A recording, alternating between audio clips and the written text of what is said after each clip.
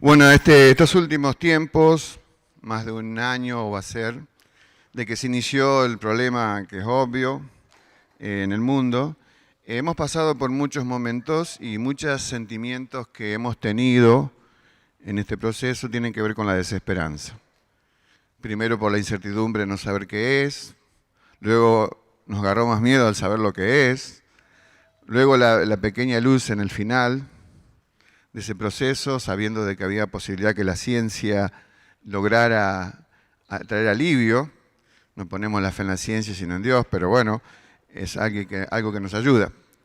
Y bueno, y en este último tiempo también, porque la ansiedad de que las personas puedan ser vacunadas y que llegue esa famosa inmunidad de rebaño, que es cuando el virus ya no puede entrar. Entonces, hemos pasado por tiempos así. Quisiera que les invito a abrir la Biblia en el libro de Isaías, capítulo 40. Yo les digo la reacción que tenía cuando empecé a leer a edad joven los profetas de la antigüedad. Les digo que muchas veces me asustaba porque tenían siempre mensajes de juicio, la mayor parte de los profetas, pero eso era leer con filtro la Biblia, porque luego analizándolo con más detenimiento, todos los profetas que trajeron enunciación de juicio trajeron mensaje de esperanza. Ese es el equilibrio de la balanza, el fiel, ¿no? Sí, es verdad, y Isaías, que tiene 66 capítulos, sobre todo la primera parte de Isaías, tiene mucho mensaje de juicio. ¿Por qué? Porque era el pueblo de Dios viviendo en decadencia, más o menos 700 años antes de Cristo. Uno lee el primer capítulo y se asusta porque habla de que era una corrupción religiosa, política, etc. Pero a medida que va avanzando, vemos que Isaías tiene el mensaje esperanzador. Por eso, en la primera parte de Isaías, que es del capítulo 1 al 39, tal vez el capítulo central es el episodio donde Dios se manifiesta a Isaías, en aquel trono alto y sublime, donde Isaías se ve, por eso es cuando él alza los ojos del Espíritu y ve a Dios, y se mira a sí mismo, y dice, ¿cómo estoy yo? Me estoy para morir porque estoy viendo a Dios y estoy en una condición deplorable. Eso transformó su vida. Y en la segunda parte de Isaías, del capítulo 40 al final, el capítulo más destacado, que tiene que ver con la gracia de Dios. El primero tiene que ver con la soberanía de Dios, con el gobierno de Dios, la primera parte. Y la segunda y última parte, capítulo 53, el Señor, visto en forma anticipada, a Jesús, el Mesías, allí en la lacerante cruz. Por eso entonces al llegar al capítulo 40 de Isaías, diríamos comienza la porción más dulce, porque habla del Dios creador, el Dios sustentador, el Dios en el que tenemos que esperar. Ahí traje en la pantalla, en la placa 3, vemos que Isaías tiene dos partes o secciones en el capítulo 40, ya hablando del capítulo 40. Los primeros versículos de ese capítulo empiezan con una frase muy importante, consolaos o consuélense. Y uno se pregunta, ¿pero quiénes son los destinatarios de estas frases de esperanza? Eran los que habían estado esclavos 70 años en un cautiverio en el imperio babilónico, que era el imperio de mayor poder del mundo antiguo. Pero uno dice, pero ¿cómo no? Isaías no escribió alentando o trayendo juicio a la generación de sus padres, sí, pero como los profetas hablan de parte de Dios, y Dios conoce el pasado, el presente y el futuro como si fuera el eterno, y es verdad, el eterno presente, Él pudo con su palabra animar a distintas generaciones, no es que vivió tantos años. Por ejemplo, en el capítulo 39 al 40 hay un espacio de aproximadamente entre 170 y 200 años. Y entonces allí empieza el versículo 1 de Isaías, consolaos, consolaos. Hay una placa que muestra los versículos uno por uno. Habla también del anuncio de la venida de Juan el Bautista, o sea, no solamente habla para la generación de ese momento, sino está hablando que en el futuro el Mesías va a tener un presentador que va a llamar a todos, el verso 3, clamando en el desierto, que preparen el camino y que llegó el Señor. Y también trae mensaje de esperanza porque dice, la vida del hombre es breve, dice el versículo 6, y el 7, donde habla de que la hierba se seca, que el hombre es como la hierba. Pero la palabra de Dios no le pasa lo mismo que a la hierba. Y la exalta porque es el lugar donde tenemos esperanza, porque habla la palabra de Dios, la que trae el evangelio de salvación a los seres humanos. Y termina la primera parte del capítulo 40 hablando del pastor, que es el Señor, que es Dios mismo, apacentando a su rebaño. Muy bien, esa generación que vivía, hoy que escuchó por primera vez este mensaje de alentador, había vivido en una nación llamada Babilonia que se había dedicado o tenía la base de su esperanza en los astros. Ahí se originó lo que llamamos la astrología. La Biblia da datos mucho más precisos. En el Génesis se habían formado esa famosa Torre de Babel, que era un zigurat, que era como un cono con escaleras espiraladas que subían para observar los astros, pero no con el sentido astronómico, sino astrológico. El sentido era que ellos pensaban que los astros determinaban la vida del hombre. Es un sentido fatalista de la vida. Isaías sabía, porque Dios se lo indicó, que esa generación estaba confundida, era generación joven, y como que ponía en el mismo espacio de lugar a los dioses paganos como al Dios que ellos habían escuchado de sus padres. Entonces en este capítulo 40 le voy a decir, alcen los ojos.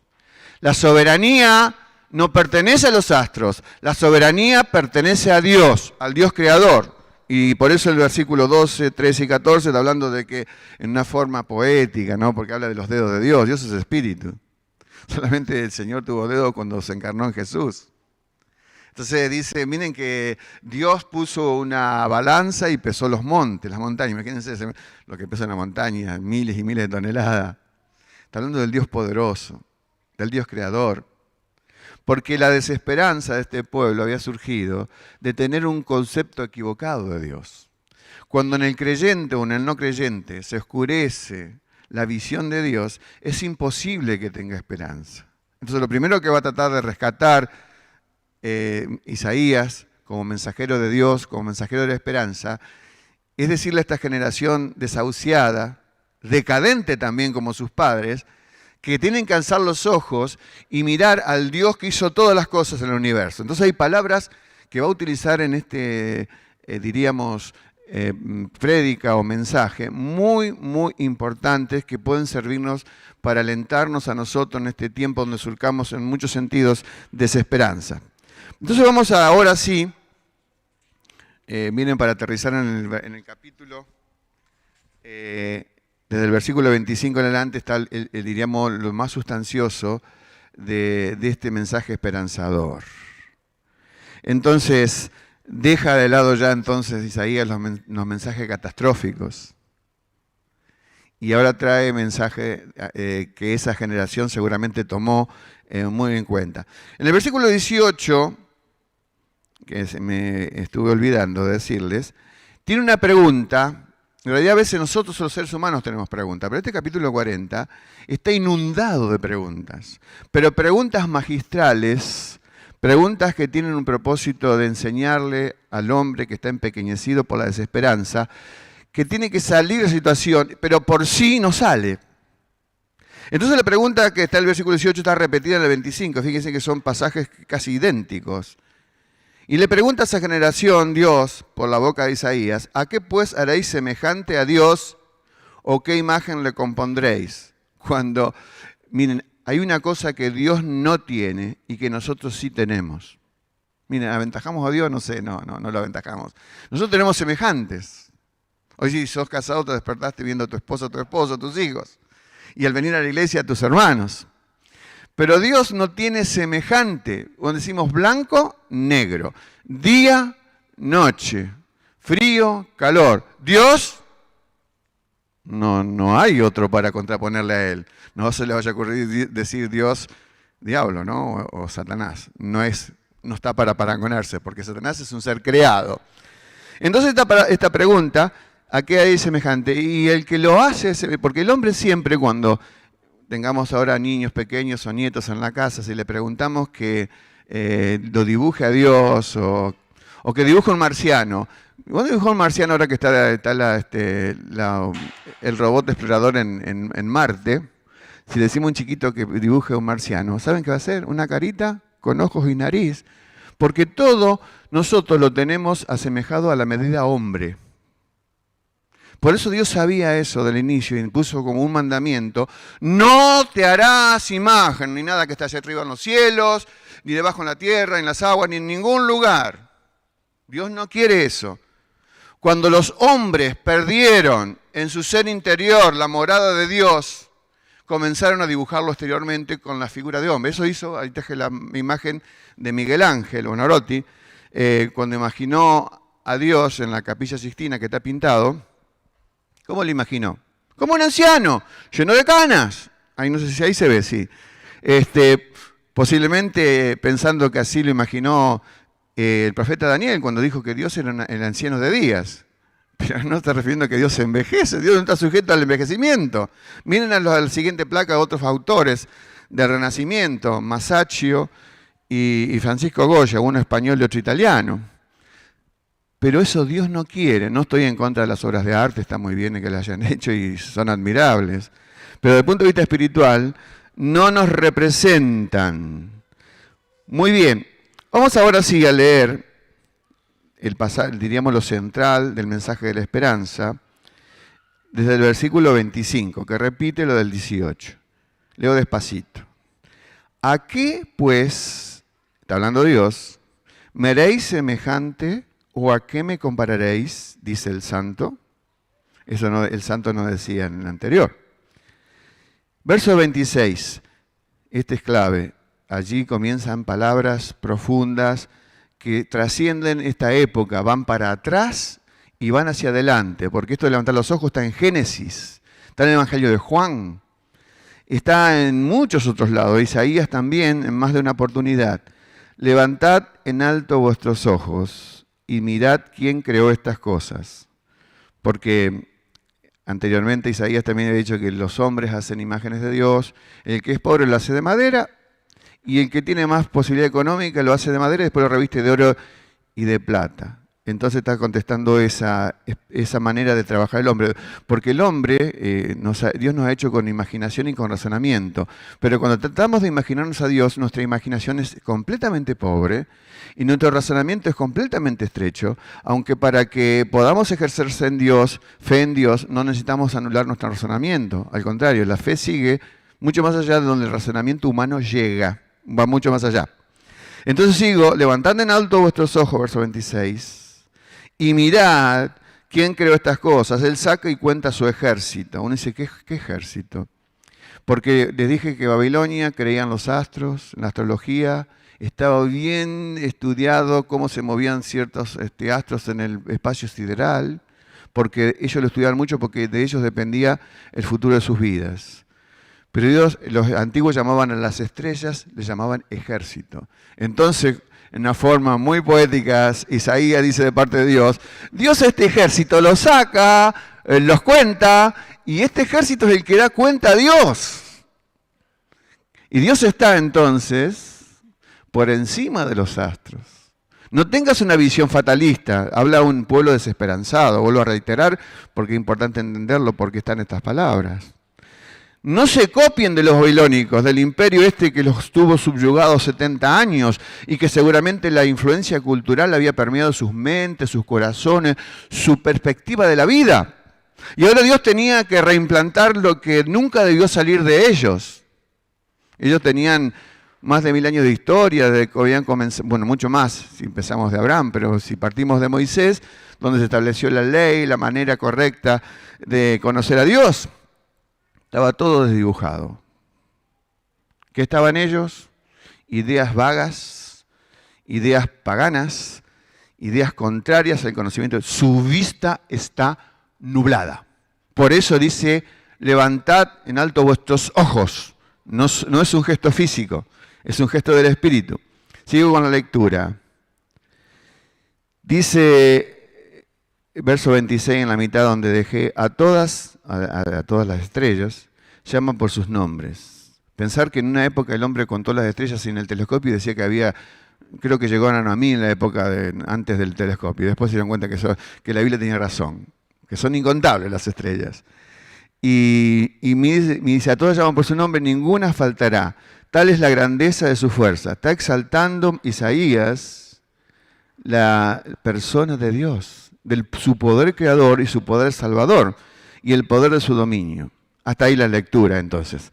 Entonces, vemos que Isaías está trayendo un mensaje de ánimo a un pueblo desesperanzado.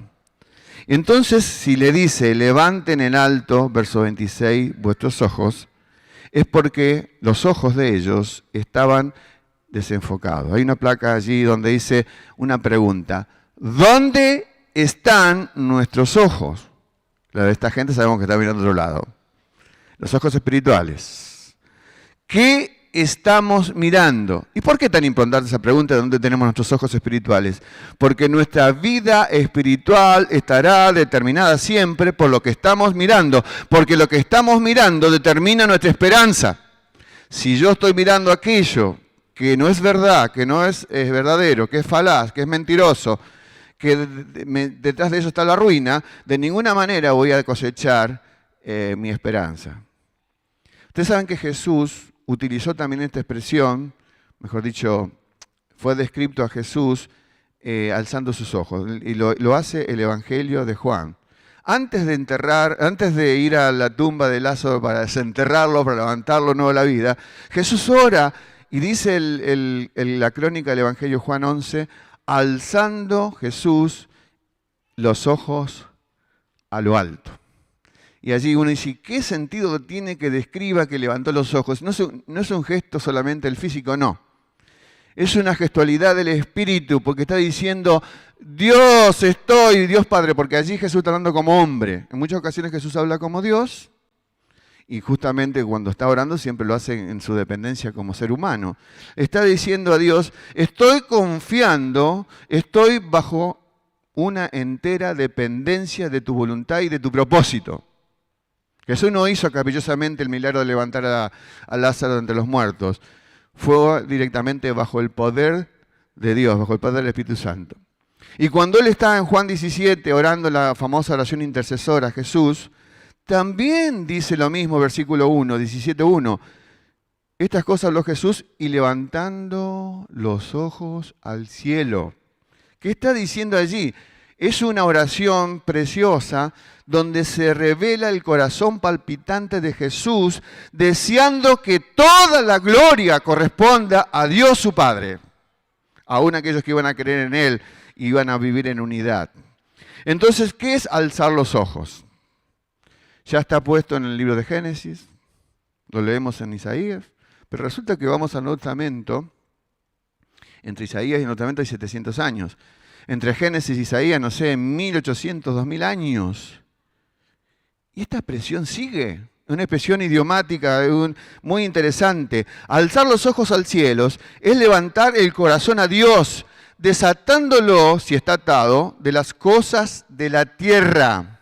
Alzar los ojos al cielo no es un gesto del físico, del cuerpo motorizado por la mente o la voluntad. Es un gesto del espíritu, porque cuando nos dirigimos a Dios entramos en la dimensión espiritual, en el terreno espiritual. Alzar los ojos al cielo es pasar por encima de nuestro estrecho razonamiento y de nuestra pobre imaginación y decir que tenemos una fuerza extra, que estamos confiando en el milagro de Dios, en la respuesta de Dios y que Dios va a obrar. Alzar los ojos al cielo es de alguna manera, es olvidarnos de nosotros mismos y sumergiéndonos en Dios, en su voluntad, en su amor, en su palabra.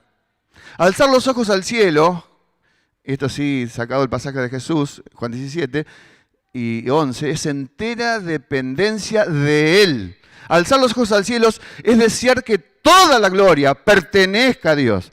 Eso es, en definitiva, palabras más, palabras menos, es la exhortación que Isaías hace al pueblo desesperanzado.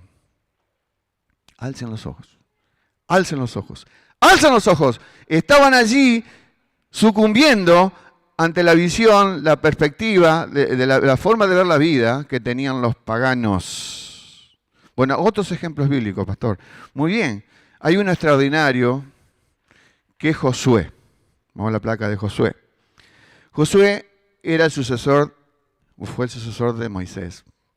Le tocó a él la parte práctica de la conquista de la tierra prometida, pero resulta que el primer obstáculo que tuvo frente a sus ojos era una ciudad tremendamente amurallada, con centinelas que seguramente andaban vigilando atentamente todo movimiento, una muralla que era súper gruesa, que seguramente iban carros de combate por él, esas puertas que eran tremendamente sólidas, y Josué allí con un pueblo no entrenado, habían tenido sí, algunas escaramuzas con Amalek y otros pueblos, pero allí representa lo insuperable, lo desconocido e invencible. Sin embargo, hay un texto que define, un texto bisagra de lo que representó el ánimo de Josué.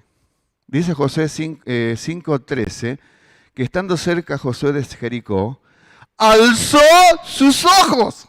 Y ¿qué vio? ¿Qué vio? Bueno, no lo identificó de entrada a la persona. Era un mensajero celestial. No tenía uniforme. Él estaba a horas del combate. No se usaba como se usa hoy esos los trajes de fajina que se pueden entender de qué ejército es alguien. Entonces él preguntó, porque no lo sabía, ¿eres de los nuestros o de nuestros enemigos? Qué alivio cuando supo que era un mensajero que venía justamente para traer respuestas a esa inquietud espiritual, porque él alzó los ojos. No fue un gesto del físico ni de la mente ni de la voluntad, sino que fue un gesto del espíritu, diciendo, Señor, ¿para dónde voy? Y allí Josué tuvo el auxilio porque supo que Dios mismo, el mayor bien para él, estaba de parte de él. Esto también representa lo que nosotros a veces vemos montañas como Jericó. Uno dice, ¿y este problema cómo se resuelve? Este asunto que me llegó inesperadamente o que fue creciendo con el tiempo. Pero alzar los ojos es sentir la protección de Dios con vos. Él está ahí. Había levantado los ojos, por supuesto, si lo había levantado era hacia arriba, porque Dios estaba presente, el milagro venía, la fortaleza y la respuesta aparece.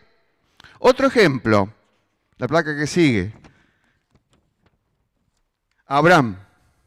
Hay muchos episodios donde él alzó los ojos, pero el más determinante para mí, y yo creo que vas a coincidir cuando te diga por qué, fue cuando se llegó a esa montaña Moria, que 2000 años después iba a ser el lugar donde Jesús iba a ser crucificado.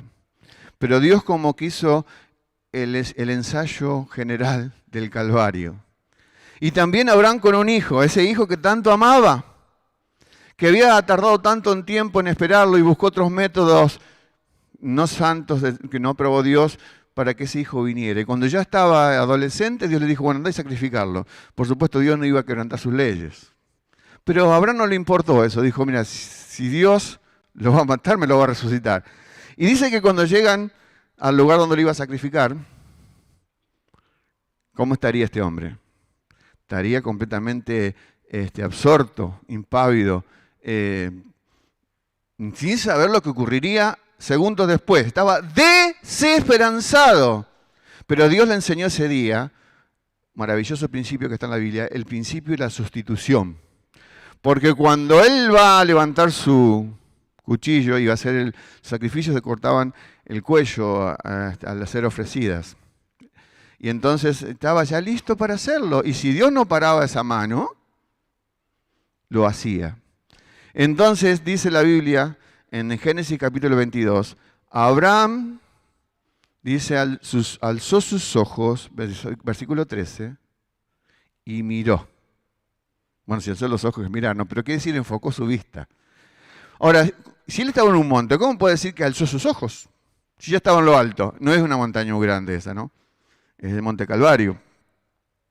Y dice que vio a sus espaldas un carnero trabado en un zarzal por sus cuernos. Dios hizo ese escenario, provocó que ese carnero, esa oveja, quedara allí enredada, y Dios le dijo que tomara esa persona, ese animal, y lo pusiera en lugar de sus hijos.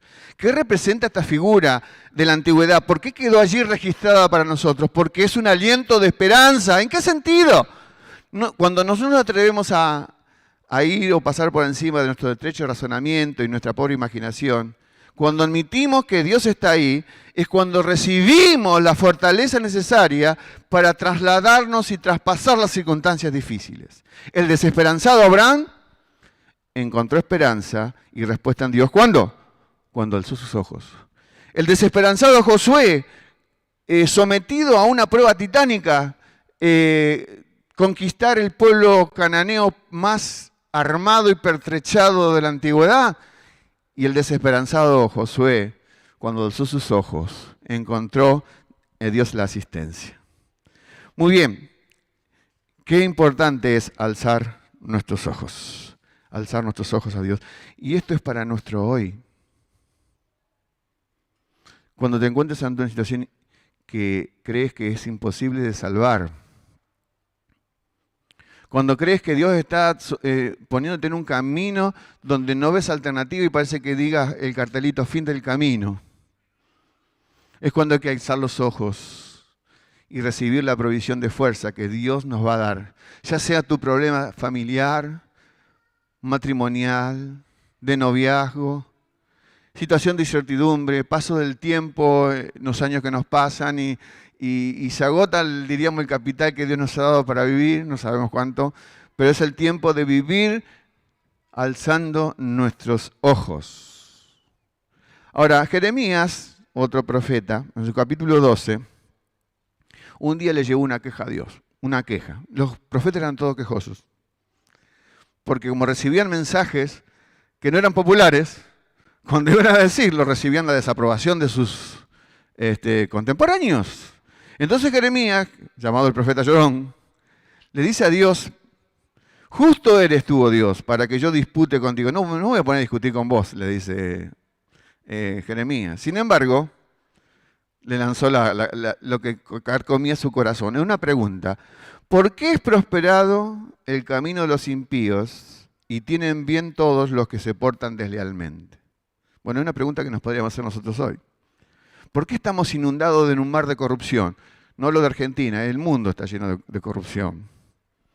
Los líderes religiosos o pseudo-espirituales o políticos, aún el mundo científico, a cuántos engaños nos someten.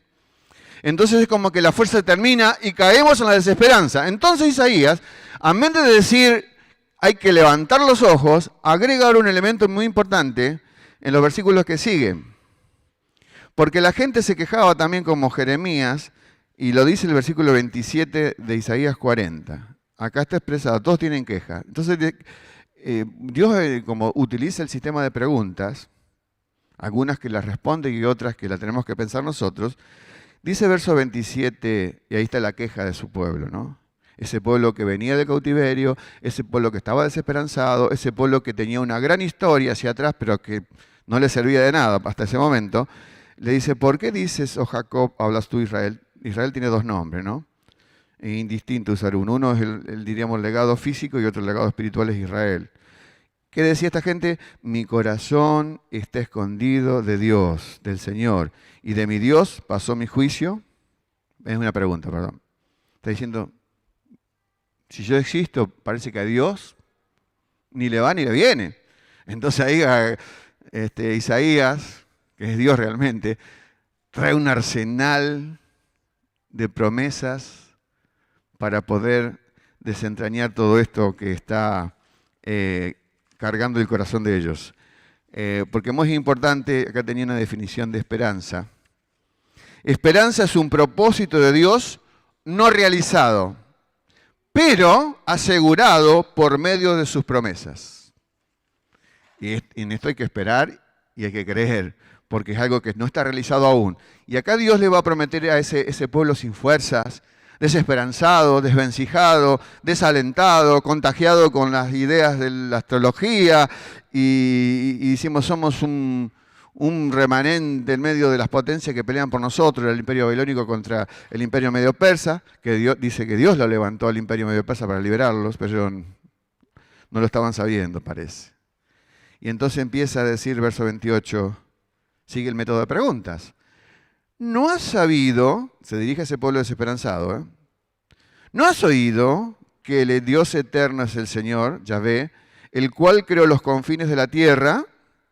no desfallece, porque yo dice, bueno, no se está ocupando de mí. Bueno, seguramente que Dios no tiene fuerza, que Dios tiene tantas cosas y está tan ocupado que es que se va a ocupar de vos si sos un pequeño grano de arena dentro de un grano de arena que representa lo que es este pequeño universo llamado Tierra. No, no, y se dice, no, no, no. Dios no desfallece, ni se fatiga con cansancio, y su entendimiento no hay quien lo alcance. Entonces no esperes que estar fuera del entendimiento de Dios, de su mente, porque lo estás. Y ahora viene la promesa. Y prestemos mucha atención, porque el punto central es alzar los ojos dentro del mensaje esperanzador y lo que va a decir ahora.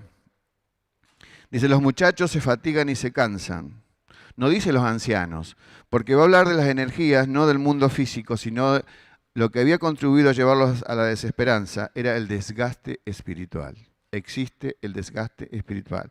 Y entonces acá dice cómo combatirlo. Escuchemos mucha atención a estos que se fatigan, los jóvenes, verso 30, y el 31 está la respuesta. Dice, y con esto vamos a terminar. Pero los que esperan a Yahvé, al Señor, es muy importante en nuestro lenguaje. Yo a veces cuando trataba de memorizar algunos textos de la Biblia como estos, a veces equivocadamente lo memorizaba los que esperan en, y no dice en, los que esperan a. Dice, pastor, que una tiene una sola letra y la otra tiene dos. ¿Qué significa? No. A veces nosotros no somos conscientes de la importancia que tienen las palabras en nuestro lenguaje. Y en este texto de Isaías es muy importante que diga Isaías de parte de Dios, pero los que esperan a Yahvé, a Jehová, no los que esperan en. Ahora vamos a ver por qué. Porque lo doy con un ejemplo vulgar. Vieron que en los últimos años, ahora no, tuvimos en Argentina mucha inestabilidad bancaria.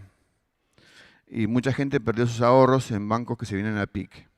Acá tuvimos varios casos, en todos lados. Imaginen, voy a hacer un ejemplo imaginario, bueno, no me acuerdo si era BIR o BIT en mucho tiempo atrás, que estos grandes bancos, donde mucha gente de nuestra ciudad tenía sus ahorros, y se viene a pique. Entonces yo te pregunto, ¿crees vos en el banco BIR? Pero ¿cómo no voy a creer si está allí en Santa Fe y Entre Ríos, Santa Fe y Mí, no sé, cualquier dirección? Un ejemplo imaginario. Pero a vos mismo te pregunto, ¿le crees a el banco BID? De ninguna manera, no voy a poner ni medio centavo. Como primero me dijiste, yo te crees en, y vos me decís que sí. Y cuando te crees a, porque creer en es creer, es en el término del lenguaje, es un lugar. Por ejemplo, Santiago dice que los demonios creen en Dios. ¿Qué implicancia tiene para su destino eterno? ¡Ninguno! Están condenados desde el momento de su rebelión. Y creer en Dios no los alienta ni les favorece su situación ni medio centímetro. Pero cuando yo digo creer a, estoy creyendo en la sustancia de Dios, estoy creyendo en el contenido, en la esencia de la persona de Dios. Por eso yo decía, en el caso del banco, si son los estafadores, yo no voy a poder depositar porque sé que los que están allí adentro dirigiendo todo no son confiables. Pero lo que está diciendo aquí Isaías es creer a Dios, que es muy diferente. Por eso es muy significativo que a Abraham se le llamó el padre de los fieles. Y hay algo que lo distingue, que está en el Nuevo Testamento también, dice que Abraham le creyó a Dios y le fue contado por justicia. No es lo mismo creer en Dios como creer a Dios. Muy bien, pero aquí hay una cosa muy importante, que la palabra a, que la letra A, está antes precedida por un verbo, el verbo esperar. Cuando nosotros decimos esperar, imagínense, yo le digo esperar en el consultorio de un médico. A veces yo me he tocado esperar hasta 2 horas a un médico. Y no se fastidia. Y hasta cuándo esto, y que abuso y todo. Cuando tenemos que esperar algo, asumimos que eso es como una actitud pasiva. Que no hago nada porque tengo que esperar hasta que el otro haga algo por mí. Pero el esperar de la Biblia, la placa antepenúltima, esperar, es significativa, quiere decir anhelar, desear, querer, ambicionar tener a Dios como el mayor bien. Ah, bueno, entonces esperar no tiene el significado corriente que nosotros utilizamos siempre. No, señor. Esperar en el contexto de Isaías 40, esperar a Dios es anhelar a Dios, es desear a Dios, es querer a Dios, es ambicionar a Dios y tenerle como el mayor bien. Es decidir por Él solo y no por otra cosa. A veces tristemente traicionamos a Dios porque creemos que Él no puede proveernos alguna cosa especial que queremos. Entonces, como le pasó a Abraham, Abraham esperó a ese hijo, como Dios no respondía en sus tiempos, Él hizo lo que las costumbres paganas decían. Y así trajo un lío que todavía en el mundo árabe lo estamos soportando por los conflictos armados. Así que el querer, el esperar en Dios no es un acto pasivo. Pero también podemos agregar a ese significado, lo que está allí en la pantalla, algo importante basado también en la Escritura. Dice el Salmo 62, en Dios solamente está callada mi alma, de Él viene mi salvación.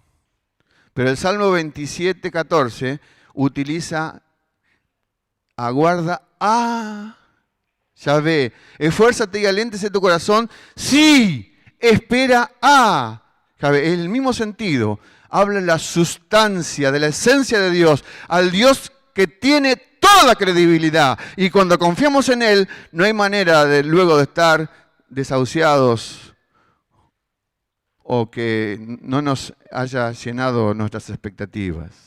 Eso es esperar a Dios. Por eso la vida cristiana, hay otra pantalla también, cuando dice los que esperan a Dios, tendrán nueva fuerza. ¿Qué quiere decir esto de nuevas fuerzas? Es un cambio literal de fuerza lo que aquí explica Isaías, que es la semillita de lo que en el Nuevo Testamento es Gálatas 2:20. Lo digo ahora más detallado. La vida cristiana no es tanto un cambio en la vida, es un cambio de vida. Por eso aquellos que proclaman ser de Cristo y solamente muestran cambios cosméticos, cambios coyunturales, circunstanciales y que no duran, no estamos hablando de la implicancia de un verdadero evangelio. Porque esta permuta de fuerza es darle yo a Dios, perdonen la autorreferencia, darle yo a Dios mi supuesta fortaleza, que en realidad es debilidad, para recibir de Dios su gran poder y fuerza. Por eso habla, dice, los que esperan a Dios, los que confían, los que desean, los que ambicionan tenerle, y confían en este Dios que es digno de toda credibilidad, recibirán como expresión de su esperanza puesta en el lugar adecuado, desechando todo lo demás. Por eso dijimos que alzar los ojos al cielo es un gesto del Espíritu, es levantar el corazón a Dios, el corazón como la parte de ser interno, no el músculo que late, desatándonos de todas las cosas terrenas, de lo que es puramente humano, y acercarnos a Él, solo a Él, porque Él es nuestro mayor bien. Eso es el Evangelio. No parte que pongo parte de Dios, parte mía, y un cóctel allí exclusivo, de acuerdo a mi entendimiento.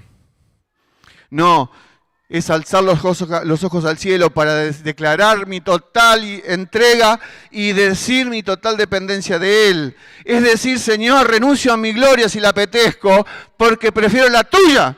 Es lo que dice Juan 17 en el inicio de la oración. Bendito sea el Señor.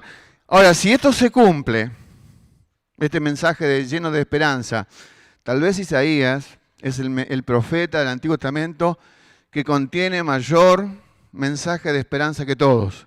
Es el más esperanzador de todos, porque no habla de la coyuntura momentánea que algunos fueron alentados y esperanzados y otros no, sino que habla del regreso, de la venida primera del Mesías y también aún más todavía, del segundo retorno de Cristo.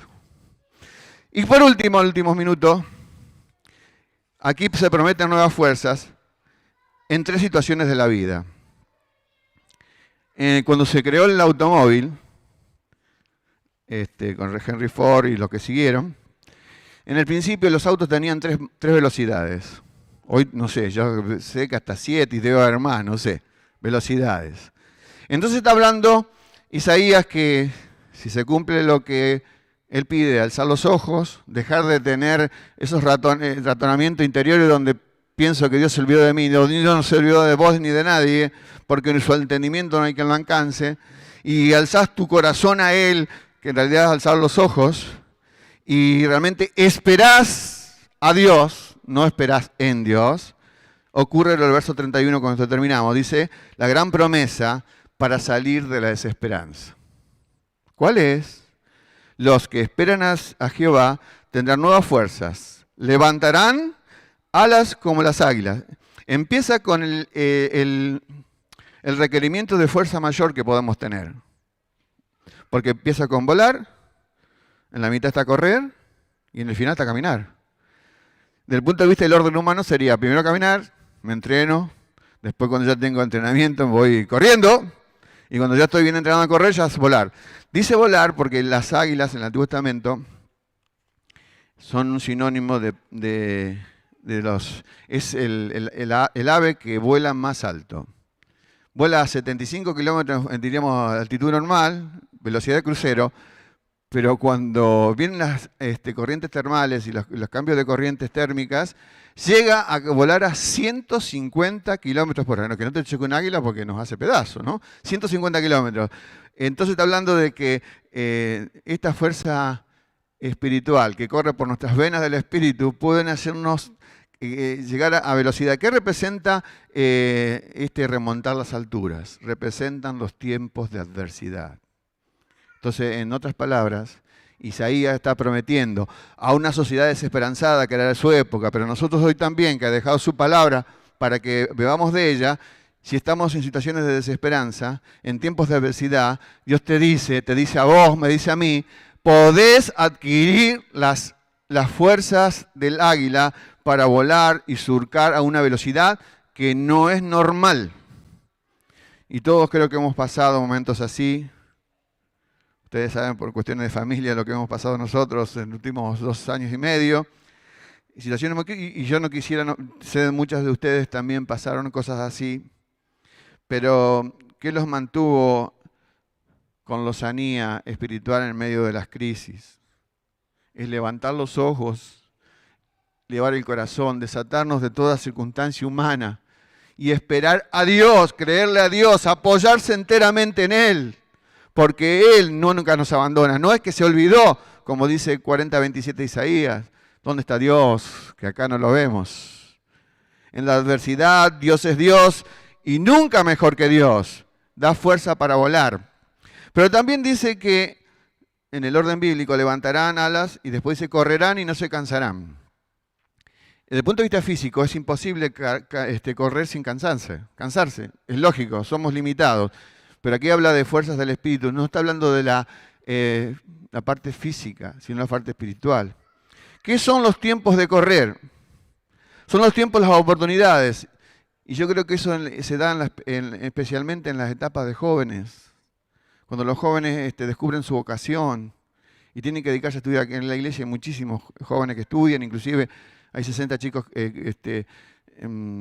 brasileros, hay muchos chicos colombianos que no hemos visto estos días porque están en sus países, pero están aprovechando el tiempo de la oportunidad. Es el tiempo donde Dios te dice, te doy fuerzas para correr. Pero también no solamente es exclusivo de este sector, de este grupo etario, sino también las personas mayores. Siempre es tiempo de oportunidad, mi hermano. No te quedes allí atravesado por una circunstancia adversa.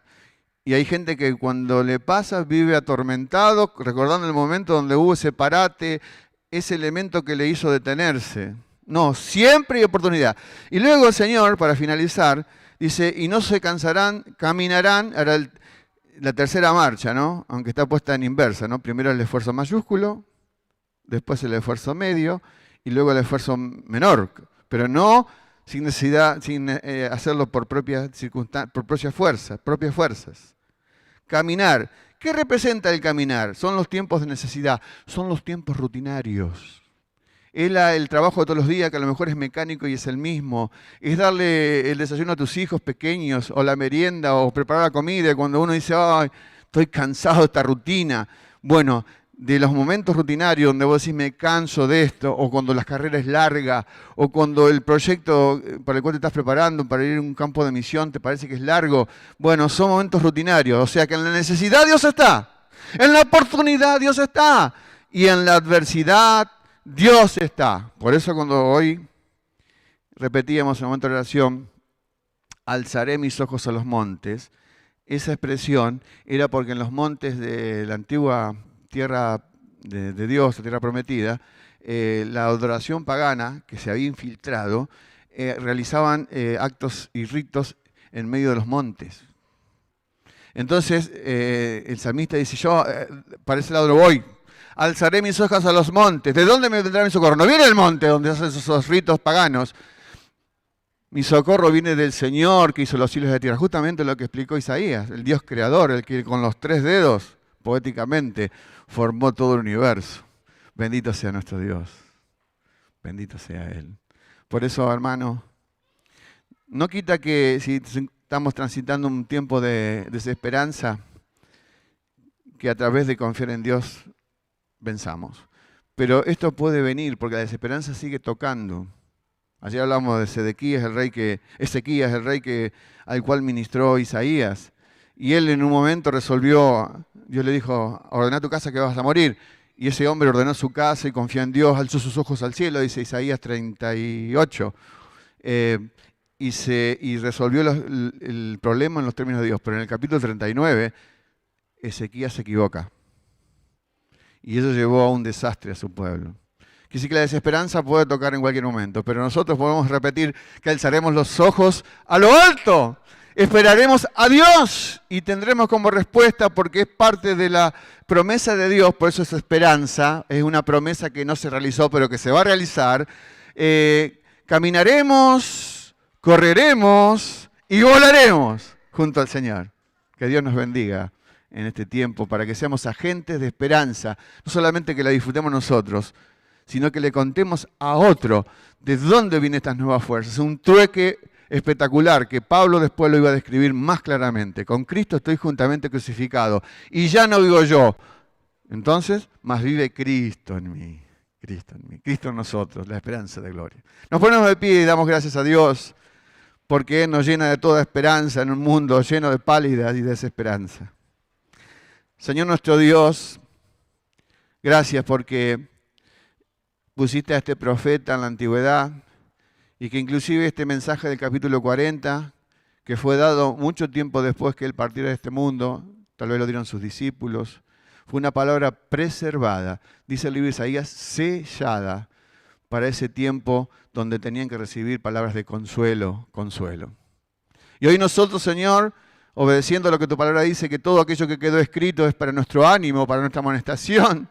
Oh Dios, volvemos a releer este especial tesoro de esperanza para levantar los ojos al cielo, actitud del corazón, esperar a ti, el ser de mayor credibilidad del universo y del único poder, y que su entendimiento no hay quien lo alcance, para que recibamos las nuevas fuerzas, para correr, para caminar, para correr y para volar. Bendícenos, Señor, para que en cada una de estas circunstancias que atravesemos hoy, de adversidad, de oportunidad o de simple necesidad, tú seas nuestro gran ayudador. Como dice Joel, diga al débil, fuerte soy. Lo digo, Señor, expresando mi fe en ti, y quiero que mis hermanos también participen conmigo. Y en esta oración decimos todos, Señor, en el nombre de Jesús, concédenos una semana llena de esperanza y de bendición para muchos otros. Por Jesús. Amén. Dios les bendiga, mis hermanos, y una semana llena de esperanza y de gloria al Señor.